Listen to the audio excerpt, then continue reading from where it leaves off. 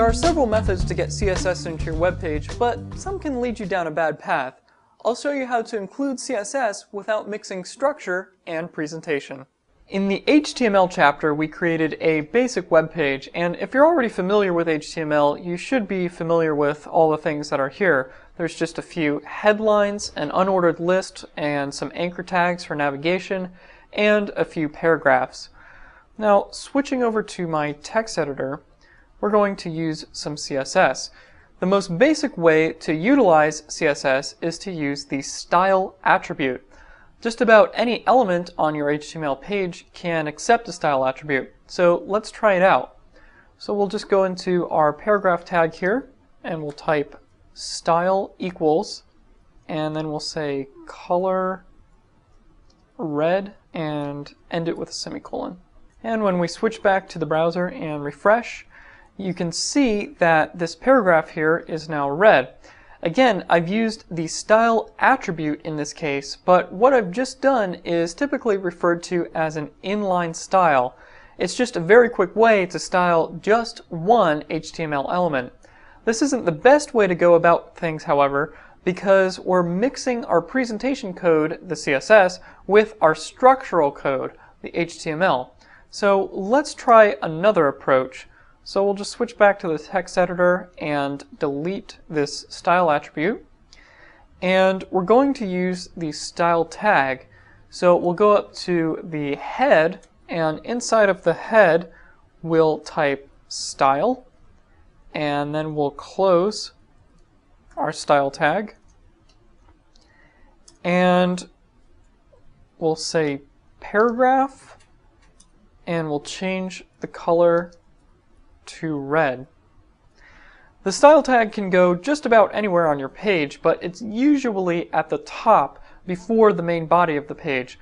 This is another way of injecting CSS into your page, but again, we're still mixing our presentational code with our structural code. Now, if I switch back to the browser and I refresh the page, you can see that this has changed all of the paragraph tags to red. What we really need to do, though, is put our CSS in a separate file. This will provide complete separation of structure and presentation and will provide maximum accessibility, flexibility, and simplicity. So let's switch back to the text editor and we'll just delete this style tag here. And here I've created a new text document and saved it as style.css. In this file, I'm going to create the same color property that we've just been using in the previous examples. So I'll select our paragraphs, and I'll change their color to blue. And we're not finished yet. Now we need to link the style sheet to our HTML document. In order to do that, we need to switch back to our HTML file. We're going to use a new tag called a link tag, and we're going to nest it inside of the head tag. I'll type it out and then I'll explain each part.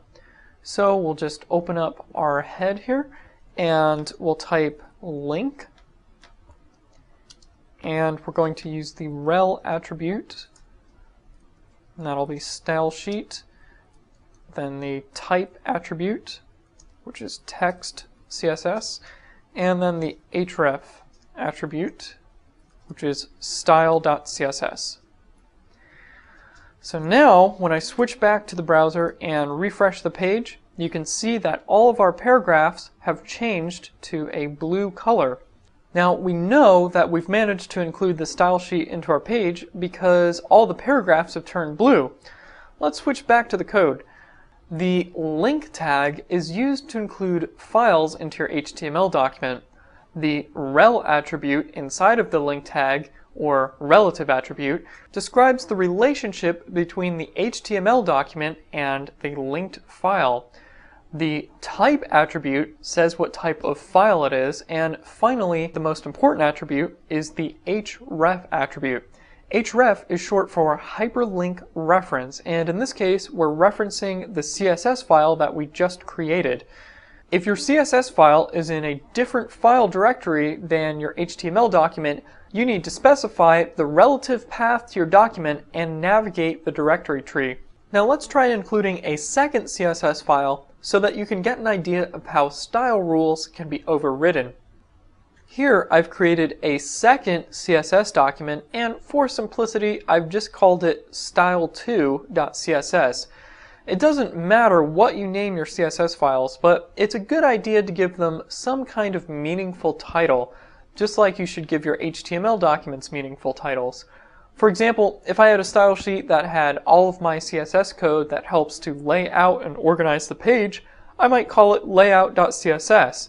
Anyway, let's put a second rule in our style2.css file. So I'm going to select all of our paragraphs again, and I'm going to change their color back to red, and I'm also going to put them in bold text.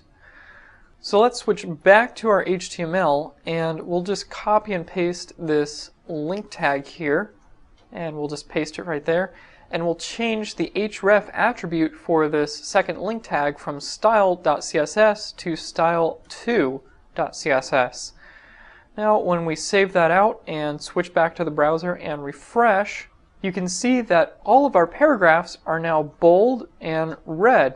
The second style sheet has overridden the color rule in the first style sheet, so all of our paragraphs switched to red. However, there was no rule about font weight in our first style sheet, so all of the text is now bold. Let's try switching these two tags around and see what happens.